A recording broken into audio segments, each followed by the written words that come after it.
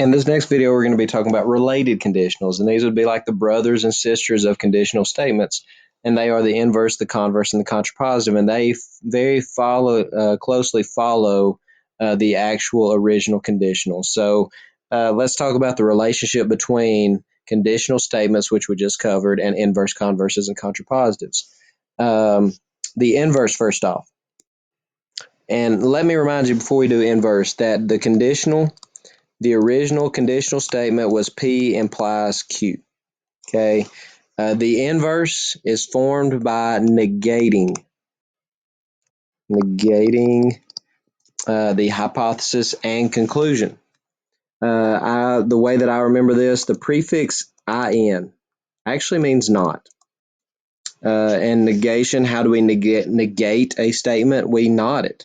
So if our original conditional was P implies Q, well, then what is the inverse? The inverse would be we're going to negate P, and that's going to imply the negation of Q.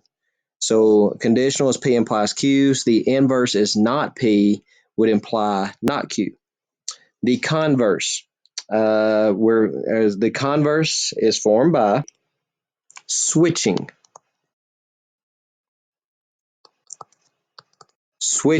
the hypothesis and conclusion. So from your original statement, if P implies Q, the converse of that statement would be Q implies P. So you're going to convert them by moving the P and Q. And finally, the contrapositive is going to be a combination of both of those. It's formed by negating and switching. So you're actually going to do both. You're going to negate and switch the hypothesis and conclusion. So if your original statement was P implies Q, you're going to not them the same way you did up here, and then you're going to switch them the same way you did here, and you're going to get not Q implies not P. Okay, so down below, directions. Write the inverse, the converse, and the contrapositive of the following conditional statement. Determining the truth value. If false, write a counterexample. So we're actually trying to combine several of the sections that we've done in this chapter. The first one. Now here's what I like to do. If it is Saturday, the hypothesis here, it is Saturday. So let me write that in shorthand. So Saturday. And the then part, the conclusion, I'm going to put my implication symbol. Saturday implies then there is no school. So there we go. So there is kind of shorthand, an abbreviated sentence. If it is Saturday, that implies there is no school. The inverse. Now to find the inverse, again, the prefix in means not. So therefore, we're going to not this statement. So therefore, it is Saturday now turns into it is not Saturday. And we've also got to negate the conclusion. So if it is not Saturday, then the conclusion before is then there is no school. The negation of that would be, kind of sounds weird with me saying it, would be not no school. And that would be that there is school. So if it is Saturday, then there is school. So now let's see if that is going to be a true statement, the inverse. If it is Saturday, then there's school.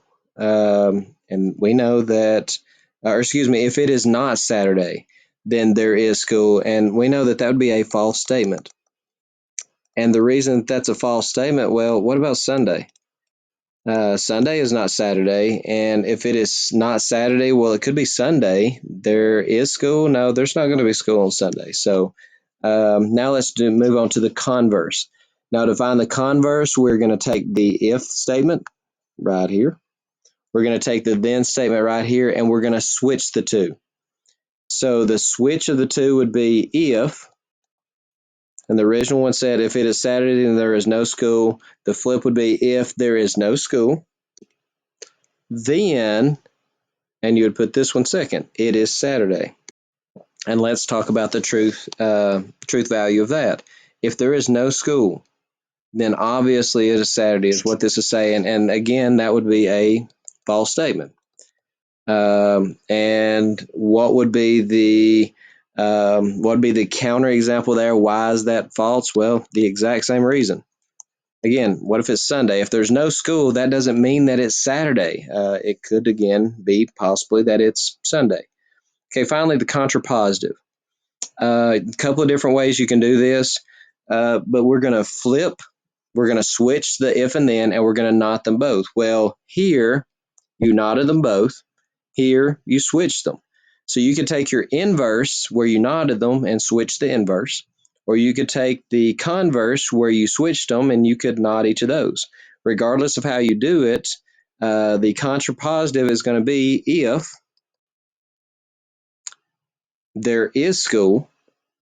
And how did I find that? I took the then part of my original, I moved it to the front, and I knotted it. Then the original was it is Saturday, so this would be then it is not Saturday. And I'm going to say that that's a true statement, and we're not going to go. A lot of people's going to say, well, what about if it's Saturday school and all that? We're not going to go there. We're going to say that that is a true statement because normally if there is school, it's not Saturday. Okay. If there is school, it's not Sunday, it's not Saturday, it's not the weekend. Okay. Now, next one. If the product of two numbers is odd, then the numbers must be odd. So if the product is odd, then both numbers must be odd. First off, the inverse, we're going to knot those. So that would be if the original said the product of two numbers is odd. The inverse of that, the negation of that, would be if the product of two numbers is not odd. Now, there's a better way of writing that, not odd. We could actually just say not odd means even. So if the product of two numbers is even, then both must be odd.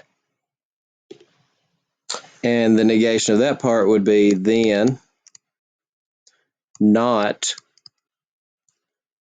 both numbers, not both numbers are odd. Okay, let's see if the truth value there. If the product of two numbers is even, then then not both numbers are odd. And we can check that by finding some products that are evens. I know that 7 times 6 is even. I know that 9 times 8 is even. I know that 5 times 6 is even. I know that 8 times 10 is even. So if that is true, then not both numbers are odd. Are both numbers here odd? No. Are both numbers here odd? No. Are both numbers here or here odd? No. And you can check it. Well, what if they were both odd? What happens then? But this has a truth value of true. That is going to be a true statement. Now, the converse, again, the converse we find we've got to switch the if and then. So the original was if the product is odd, then both numbers is odd. So the converse would be if both numbers are odd, then the product must be odd. And let's check to see, okay, is that a true or a false statement? If both numbers are odd, let's try some scenarios. 7 times 3, 21. 5 times 9, 45. 7 times 11, 77. So if both numbers are odd, then the product must be odd, and you can try as many as you want. That is going to be also a true statement. Okay, finally, the contrapositive. And again, we're going to knot both of them, and we're going to switch the ifs and thens. So we're going to take this then, we're going to move it to the front and negate it. So both numbers are odd. You got to be careful there because if both numbers are not odd would be the contrapositive of that. If both, I'm not going to write the whole thing. If both are not odd, then, and we got to take this to the end and negate it. The product is odd, so take that to the end and negate it, and that would be then the product would be even. And let's check that. If both are not odd, then the product is even. Now, we actually proved that a while ago. If both are not odd, here both were not odd, here both are not odd, here and here both are not odd, then the product is even. Then that also has a truth value of true. Okay, number 3. If the temperature is 25 degrees, then it is below freezing. The inverse of that, we're going to negate both of those. We're going to not both. So that would be if, and it says the temperature is 25, so that one's easy to negate. That would be if the temperature is not 25 degrees. And we've also got to negate the second part. That would be then. It says it is below freezing, and that we could simply, if you'd like, put then it is not below freezing, or you could put then it is above freezing. And let's check the truth value on that. If the temperature is not 25 degrees, then it is not below freezing. What if it's 20 degrees? That's not 25 degrees. Is that not below freezing? No, that'd still be below freezing. So that would have a truth value of false. If you can come up with one single counterexample, and our counterexample that I use there would be 20 degrees Fahrenheit. The temperature is not 25, and it is actually still below freezing. So that negates that statement. The converse, we're going to take the if and then we're going to switch the two. So we're going to be now if it is below freezing, then, and we're going to put the if in its place, then the temp is 25 degrees. And even though our original statement was true, this seems to be false. If it's below freezing, it doesn't mean the temperature is 25. The temperature could be 5, 10, 15, 20. It could be numerous things, so that would be false. And you could use any temperature that's below freezing that's not 25. Just because it's below freezing does not mean it's 25 degrees. Now, the contrapositive, we're going to switch and we're going to not. So we're going to bring the then part of our original to the front and we're going to negate it. So if it is below freezing is what it was, so we're going to put if it is not below freezing. And we've got to now move and negate the other one.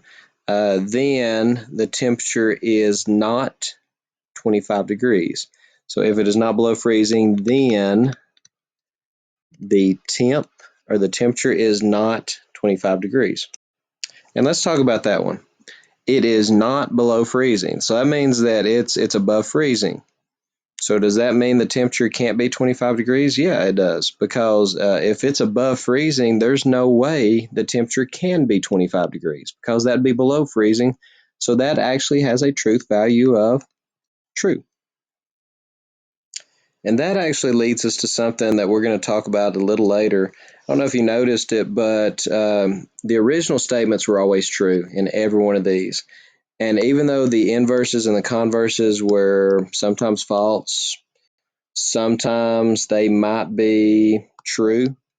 However, look at these contrapositives on every one of these. And that will lead us into something that we will be discussing in a later video.